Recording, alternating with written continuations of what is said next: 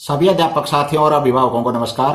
आज आप बात करांगे हिंदी भाषा के वर्णों के और भाषा और लिपि के साथ संबंध कैसे हैं और किस तरह तय वर्णों का विकास होया है। आदि मानव था, लाखों साल जंगलों में भटकता रहा, इशारे संकेतां गल उसने अपना काम चलाया, शिकार करने के, पानी पीने के, खाने के आदि इशारे उसने थोड़े बहुत एक दूसरे से करे और अपना लाखों साल तक वो बिना भाषा के रहा। धीरे धीरे या दरोड़ के रूप में पूंजी उसका दौलत थी, परमात्मा ने दे रखी थी, इसको विकसित किया उसने और इस प्रकार से भाषा के विकास की प्रक्रिया शुरू हुआ है। किसी आदमी ने कोई चीज देखी, किसी आदमी ने कोई चीज देखी, उनका न्यारा न्यारा नाम दे दिया, या भाषा की यादृच्छिक विशेषता को हुआ है। हर एक वस्तु से कोई भी शब्द का अर्थ जोड़कर एक दूसरे तय बताने लग गया, उसका अर्थ समझाने लग गया। इस प्रकार तय भाषा आगे बढ़ी।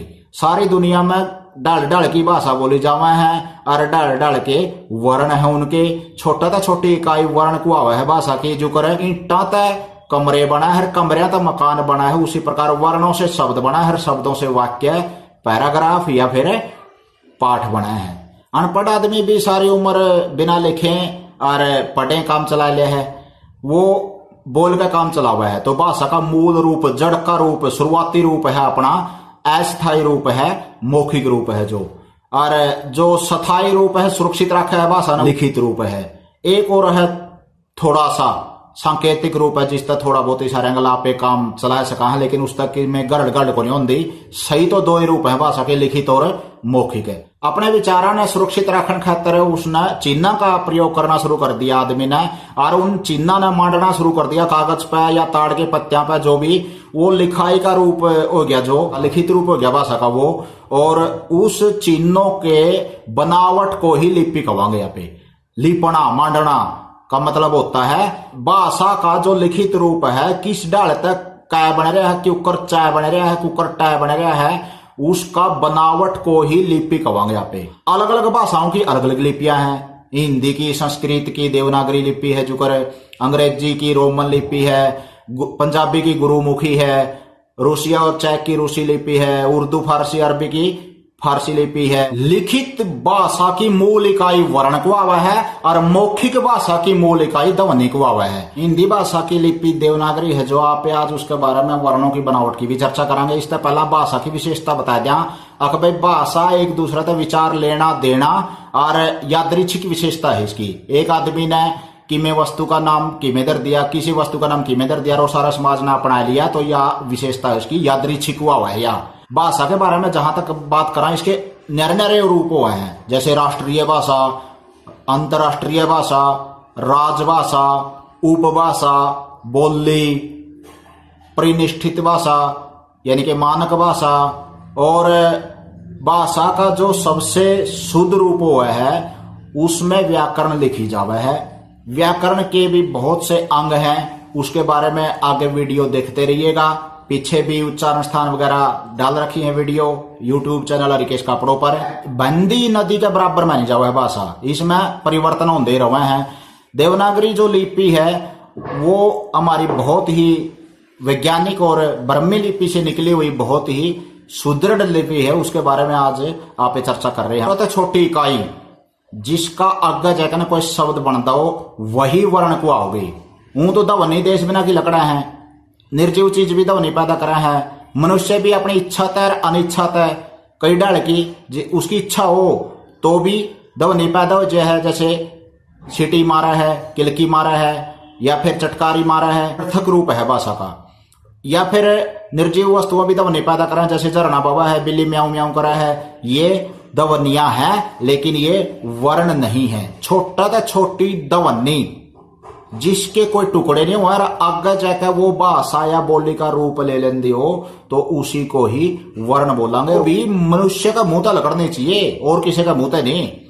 तो वर्ण छोटे था छोटी इकाई है। वर्णा की गठड़ी ने वर्णमाला बोलेंगे। वर्णा की गठड़ी को कर जो कर ईंटा का ढेर पड़ा है वो वर्ण है एक तरह से, लेकिन उसको दीवार में लगा दिया पे वो जचगी तो उसने वर्णमाला बोलेंगे। वो माला के रूप में वर्णा ने जचाना, पहला ए आओगा फिर आ होगा, अंग्रेजी में ए आओगी फिर बी आओगी, इस तरह लार लाई है वर्णा की व्यवस्थित ढंग तय जचाना। वर्ण छोटे थे छोटी अखंड ध्वनि है जिसके टुकड़े नहीं होते हो और वो शब्दों का निर्माण करते हो किसी भी भाषा में। वर्ण कवा वह है उसके समूह को वर्णमाला कवा है जो व्यवस्थित रूप से जचे उड़े वही बाजो भाई खुंटा पे। वर्णों के दो वे दो हैं, स्वर और व्यंजन। उच्चारण स्थान इसके पिछली वीडियो में बता चुका हूं मैं। व्यंजनों के बारे में बाद में चर्चा करांगे और ये स्वरों के बारे में देखो भाई। हिंदी में स्वर 11 हुए हैं, चाहे को 13 कंधा हो और चाहे को 16 कंधा हो, चाहे वो सुप्रीम कोर्ट डिग्जियो मानियो ना, क्योंकि टेस्ट में आवा है तो 11 लिखने पड़ेंगे। और यह हैं हिंदी के 11 स्वर ए आ ई ई उ ऊ री ए ऐ ओ औ अंग अह।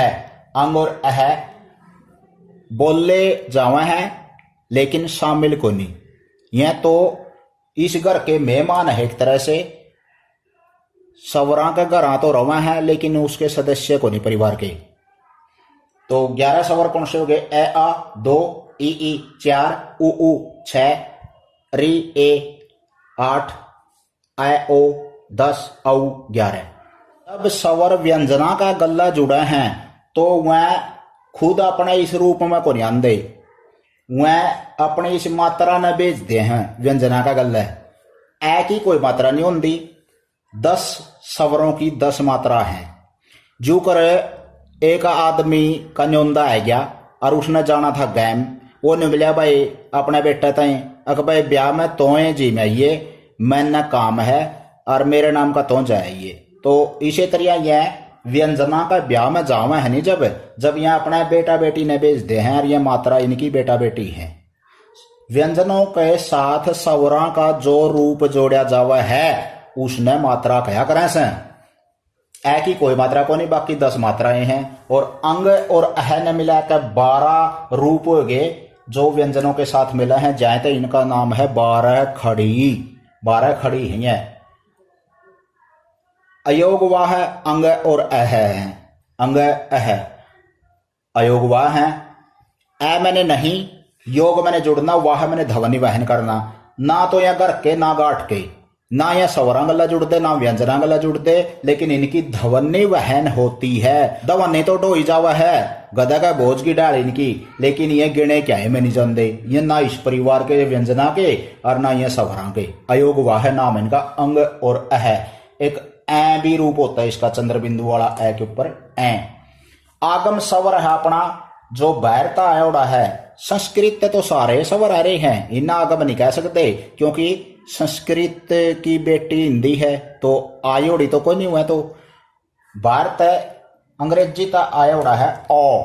एक नुक्ता चिन्ह होते हैं वो भी आगम है, उसके बारे में बाद में बात करेंगे।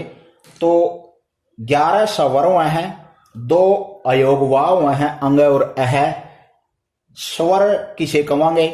जो वर्ण सुंडी मातर खखाटा ठांदे सीधे लगड़ जाए बिना टकराए मुंह का किसी भी हिस्से है तो उन्हें स्वर बोलेंगे। यानी कि बिना किसी व्यंजन आदि की सहायता लिए बिना, यानी कि बिना रुकावट के बोले जाते हैं उनको स्वर कहते हैं।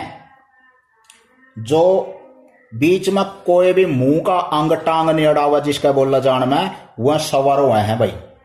स्वर हिंदी में 2 डाल के हैं, संस्कृत में एक तीसरा स्वर भी होया करता।